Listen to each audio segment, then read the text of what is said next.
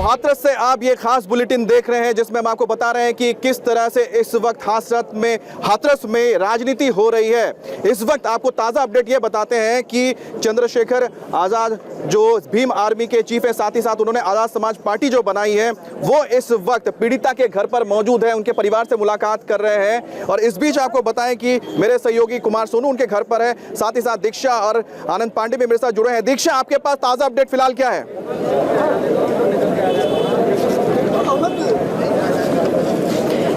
देखिए अमित, अभी भी वहां पर मुलाकात चल रही है। परिवार वालों से उनकी तकलीफ को चंद्रशेखर जो है जानने की कोशिश कर रहे हैं, लेकिन जिस तरह से हम यहाँ पर देख रहे हैं कि गहमा गहमी का माहौल है और साथ ही यहाँ पर एक विचित्र स्थिति जो है वो उत्पन्न हो गई है। और दूसरी तरफ अगर हम आपको बताएं, देखिए भले ही एक वारदात होती है 14 सितंबर को और उसके बाद संघर्ष हो रहा है, लेकिन इसके बीच में राजनीति की एंट्री कहाँ से हो जाती है ये समझ के परे है। आखिर यहाँ पर मानो ऐसी होड़ चल रही है कि कौन पीड़ित परिवार के कितने आंसू पोंछकर तालियां लूट ले जाए। आनंद हमारे साथ हैं, ये लगातार यहाँ पर बने हुए हैं। आनंद, मैं आपसे जानना चाहूंगी, आप किस तरह की यहाँ की जो राजनीतिक माहौल एक बन रहा है, किस तरह से आप इसे देखते हैं? ये देखिए, ऐसा लग रहा है कि जो भी राजनीतिक दल यहाँ पे आ रहे हैं पीड़ित परिवार से मिलने के लिए, उनके लिए सिर्फ एक राजनीतिक मुद्दा है ये।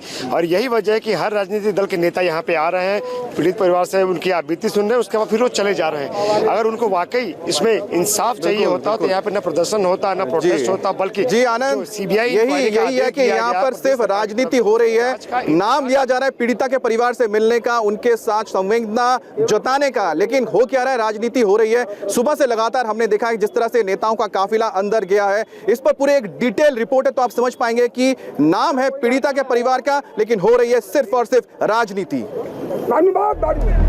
राजनीति के बीच कहीं दब न जाए इंसाफ की आवाज।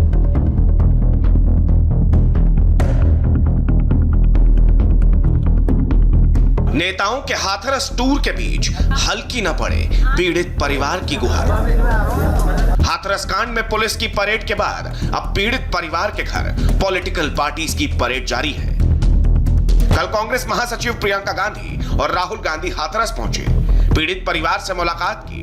दूसरी तरफ समाजवादी पार्टी का डेलीगेशन आज पीड़ित परिवार से मुलाकात करने पहुंचा। इसी बीच बीजेपी के पूर्व विधायक के घर सवर्ण समाज की पंचायत हुई। ऐसा लग रहा है कि पॉलिटिकल पार्टियां पीड़ित परिवार के दिल में लगी आग से अपनी राजनीतिक रोटियां सेकने में लग गई हैं। हाथरस कांड में इंसाफ की गुहार तो हर पार्टी लगा रही है, लेकिन अपनी सियासत को भुनाने से भी नहीं चूक रही है। सबसे पहले आपको आज हाथरस में हुई महापंचायत की तस्वीरें दिखाते हैं। ये भीड़, ये पंचायत आरोपियों के पक्ष में बुलाई गई। इसमें आरोपी का परिवार, उसके रिश्तेदार और उसके समाज के सैकड़ों लोग जमा हुए। हाथरस ही नहीं, आसपास के इलाकों से भी समाज के लोगों को इसमें शामिल होने के लिए बुलाया गया। लेकिन गौर करने वाली बात तो यह है कि महापंचायत बीजेपी के पूर्व एमएलए राजवीर पहलवान के घर पर बुलाई गई। India TV reporter Anand Prakash Pandey panchayat में पहुंचे। पूर्व एमएलए राजवीर पहलवान से जानने की कोशिश की कि आखिर इस पंचायत को बुलाने का मतलब क्या है। तो उनका कहना है कि ये समारोह सरकार के फैसले का स्वागत करने के लिए बुलाया गया है। हाथरस मामले को लेकर बीजेपी के पूर्व विधायक राजवीर सिंह के यहाँ हाथरस में पंचायत हो रही है। यहाँ पर दूसरे समुदाय के लोग इकट्ठा हैं और जिस तरह से सीबीआई जांच के आदेश दिए गए हैं, तो अब इन लोगों का मानना है कि अब सीबीआई जांच के बाद जो सच है वो सामने आ पाएगा। हमारे साथ राजवीर जी हैं। राजवीर जी, आप लोग सीबीआई जांच की मांग कर रहे थे, अब सरकार ने सीबीआई जांच के आदेश दे दिए हैं, तो अब ये पंचायत क्यों? पंचायत नहीं है, ये सरकार के स्वागत समारोह है। सरकार, जो जनता की भावना थी, सरकार ने उसकी कद्र की है। अब सच्चाई सामने आएगी, इसलिए ये प्रदेश सरकार के स्वागत के लिए और धन्यवाद ज्ञापित करने के लिए आए हैं। ये पंचायत नहीं है, ये सम्मेलन है, स्वागत समारोह सम्मेलन।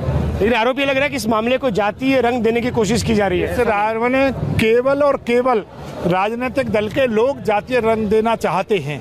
जातीय रंग भारतीय जनता पार्टी ने कभी दिया, न भारतीय जनता पार्टी देगी। इस पंचायत को बुलाने वाले बीजेपी के नेता कह रहे हैं कि इस मामले को जातीय रंग नहीं दिया जा रहा है, लेकिन सवाल ये उठता है कि आखिर जातीय रंग नहीं दिया जा रहा तो पीड़ित परिवार को पंचायत में क्यों नहीं बुलाया गया? सिर्फ आरोपी के परिवार ने ही पंचायत में हिस्सा क्यों लिया?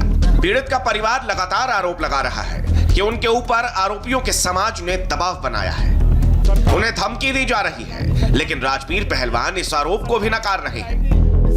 वो लोग फिर भी हम जाते हैं मार फिर भी चढ़ाते हैं। इधर भी धमकी मिल रही है लोगों को रवैया रहा है कि अभी तो ये पुलिस बैठी है, अभी तो ईंटा से भूलेंगे जो अन्य जो पुलिस के अधिकारी थे उन पर कार्रवाई तो हो गई, लेकिन पीएम आरोपी के परिवार वाला आप लोग धमका रहे हैं। पहले से आरोप लगाता रहा है कि पीएम डराते हैं, तो पुलिस बैठी है, अफवाह बैठी है, तो चले जाएंगे कहीं पे ऐसे में पीएम पर कार्रवाई। ये कहा जा रहा है कि ऐसी पंचायत करके जो पीड़ित परिवार है उस पर एक तरह से दबाव बनाने की कोशिश है। पीड़ित परिवार पर दबाव तो केवल मीडिया के चैनलों ने और अन्य राजनीतिक दलों ने बना रखा है। वो तो हमारा परिवार है, बरसों पीढ़ी दर पीढ़ी से सब लोगों के साथ रह रहा है, आगे ही सब लोगों के साथ रहेगा। अन्य कोई घटना क्यों नहीं हुई? पीड़ित परिवार तो कह रहा है कि उसको धमकाया जा रहा है, डराया जा रहा है दूसरे पक्ष की तरफ से। आप देख रहे हैं 4 दिन से गांव वाले आधे गांव छोड़ के भाग गए हैं, उनके परिवार के 4 लोग आराम से रह रहे हैं। कौन जा रहा है वहां पर धमकाने के लिए? इस समय गांव को छावनी बना दिया है। वहां के लोग जो अन्य समाज के लोग थे वो तो वहां से चले गए हैं डर की वजह से। कौन धमकाने जा रहा है? ये सब उनका आरोप निराधार है और वो आरोप नहीं लगा रहे। पीड़ित पक्ष जो है द्रग भ्रमित होके जो लोग बहला फुसला रहे उनके कहने पर ये आरोप लगा रहे हैं। बीजेपी नेता तो सफाई दे रहे हैं कि कोई प्रेशर नहीं बनाया जा रहा, लेकिन उनकी ये सफाई भी संदेह के घेरे में आ रही है। आज पीड़ित परिवार के घर समाजवादी पार्टी के नेता भी पहुंचे। नेता कह रहे हैं वो परिवार का हाल जानने के लिए आए हैं, लेकिन वहीं पार्टी कार्यकर्ता पीड़ित के घर के थोड़ी ही दूर सरकार के खिलाफ जमकर नारेबाजी कर रहे हैं। ऐसे में सवाल ये उठता है कि 14 सितंबर को हुई इस घटना के बाद समाजवादी पार्टी की नींद अब जाकर खुली है। एक पीड़ित परिवार से मुलाकात करने के लिए आए हैं। आप बड़े लाव लश्कर के साथ पहुंचे हैं, कार्यकर्ताओं के साथ पहुंचे। अगर एक असल संवेदना होती तो शायद आप शांति से आते, आराम से यहाँ पर परिवार से मिलते और शायद चले जाते। क्या ये राजनीति नहीं है? मैडम, हम एक राजनीतिक पार्टी में काम करते हैं। जब पार्टी के कार्यकर्ताओं को इत्तला मिली कि हम लोगों का डेलीगेशन आ रहा है, स्वाभाविक तौर से जिन लोगों का जज्बाती रिश्ता है समाजवादी पार्टी से और अखिलेश यादव से, वो लोग यहाँ आए हैं। लेकिन अंदर वार्ता करने के लिए वही लोग आए हैं जिनको प्रशासन ने अनुमति दी थी। सर, आप ये आरोप लगा रहे हैं कि बीजेपी राजनीति कर रही है, लेकिन ये आपका कौन सा दौरा है? क्या ये आपकी असल सांत्वना आप यहाँ पर जताने आए, हमदर्दी जताने आए हैं? ये तो आपकी भी राजनीति लग रही है। आप अपने कार्यकर्ताओं के साथ यहाँ पर पहुंचे हैं। देश भर में अलग अलग जगह बलात्कार के मामले हो रहे हैं, आप कहाँ कहाँ मिलने जाते हैं? नहीं, इस प्रकार के जो संवेदनशील मामले हैं उन पर हम लोग रिएक्ट न करें। अंदर समाजवादी पार्टी के नेता पीड़ित परिवार से मुलाकात कर रहे थे, तभी उनके कार्यकर्ता गांव में तोड़फोड़ पर उतारू हो गए और यहीं समाजवादी पार्टी की संवेदनशीलता पर सवाल उठ रहे हैं। समाजवादी पार्टी के कार्यकर्ता 20 दिन तक कहां थे? पीड़ित परिवार से मिलने गए थे तो तोड़फोड़ क्यों की? इस पॉलिटिकल परेड में कांग्रेस भी पीछे नहीं है। कल दिल्ली यूपी बॉर्डर पर हाई वोल्टेज ड्रामे के बाद कांग्रेस महासचिव प्रियंका गांधी और राहुल गांधी भी हाथरस पहुंचे थे। हाथरस पहुंचकर प्रियंका और राहुल ने पीड़ित परिवार से मुलाकात की, परिवार को इंसाफ दिलाने का भरोसा दिया, पीड़ित के मां बाप से गले मिलकर उनका दर्द बांटा। आज प्रियंका गांधी ने फिर एक ट्वीट किया। हाथरस के पीड़ित परिवार के अनुसार सबसे बुरा बर्ताव डीएम का था। उन्हें कौन बचा रहा है? उन्हें अविलंब बर्खास्त कर पूरे मामले में उनके रोल की जांच हो। परिवार न्यायिक जांच मांग रहा है, तब क्यों सीबीआई जांच का हल्ला करके एसआईटी की जांच जारी है? यूपी सरकार यदि जरा भी नींद से जागी है तो उसे परिवार की बात सुननी चाहिए। लेकिन सवाल कांग्रेस की मंशा पर भी उठ रहे हैं। सवाल यह है कि हाथरस पहुंचने से पहले हंगामा करने की क्या जरूरत थी? राजस्थान और छत्तीसगढ़ में भी रेप की घटनाएं सामने आई हैं। कांग्रेस के वरिष्ठ नेता वहां का रुख कब करेंगे? राजनीतिक पार्टियों से सवाल कई हैं। क्या वाकई वो हाथरस के पीड़ित परिवार के लिए इंसाफ की मांग कर रहे हैं, या फिर इस आग में वो अपनी सियासी रोटियां सेक रहे हैं? तो हाथरस में इस वक्त आप देख सकते हैं कि इस जगह पे जहां पर पीड़िता का घर यहीं से शुरू होता है, कितनी बड़ी तादाद में अब यहां पर भीम आर्मी, साथ ही साथ आजाद समाज पार्टी जिसके अध्यक्ष इस वक्त चंद्रशेखर मौजूद है पीड़िता के घर पर, और उनके जो समर्थक यहाँ पर देखिए इतने ज़्यादा मौजूद है।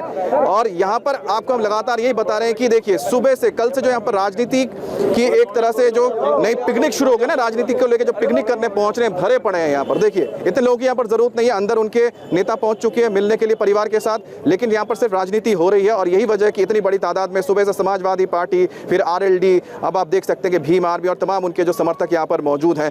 मैं चलता हूँ मेरे सहयोगी कुमार के पास। कुमार, ये बताइए कि फिलहाल जो बातचीत हो रही है क्या अभी खत्म हुई है, अभी भी कमरे में परिवार के साथ बैठे हुए हैं चंद्रशेखर?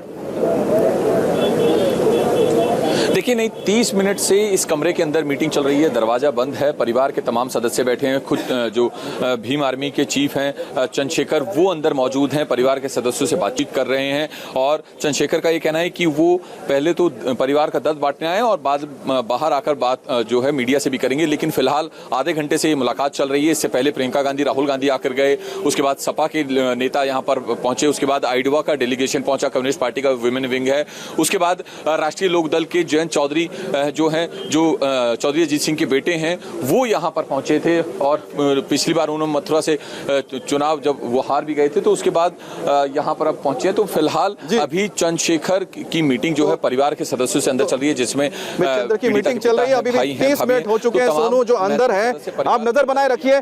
मैं दीक्षा के पास जाता हूं क्योंकि उनके साथ आनंद प्रकाश पांडे मौजूद हैं। आनंद, राजनीति को आप अभी अच्छी तरह समझ रहे हैं क्योंकि काफी वक्त से आप कवर कर रहे हैं। एक बात बताइए कि फिलहाल जो हम पहली बार देख रहे हैं कि कोई दलित बड़ा नेता, जिसे हम कह सकते हैं, जो परिवार से मिलने पहुंचा है, वो चंद्रशेखर, तो हम इसको किस नजर से देख सकते हैं कि कहीं ना कहीं एक कोशिश हो रही है वोट बैंक की राजनीति की यहाँ पर?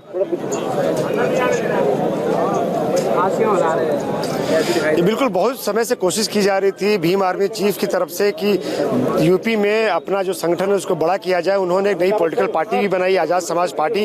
और आपको याद होगा कि जिस दिन सफदरजंग हॉस्पिटल में पीड़िता की मृत्यु हुई, उस दिन भी सुबह से लेकर शाम तक भीम आर्मी के मुखिया चंद्रशेखर और उनके हजारों कार्यकर्ता वहाँ डटे हुए थे। पुलिस से झड़प की, एम्बुलेंस को निकलने नहीं दिया जा रहा था और बार बार वो ये आरोप लगा रहे थे कि पीड़िता के साथ अन्याय हुआ है, पहले उसके लिए सीबीआई इंक्वायरी का ऑर्डर किया जाए, फिर पीड़िता का जो पार्थिव शरीर उसे गांव ले जाया जाए।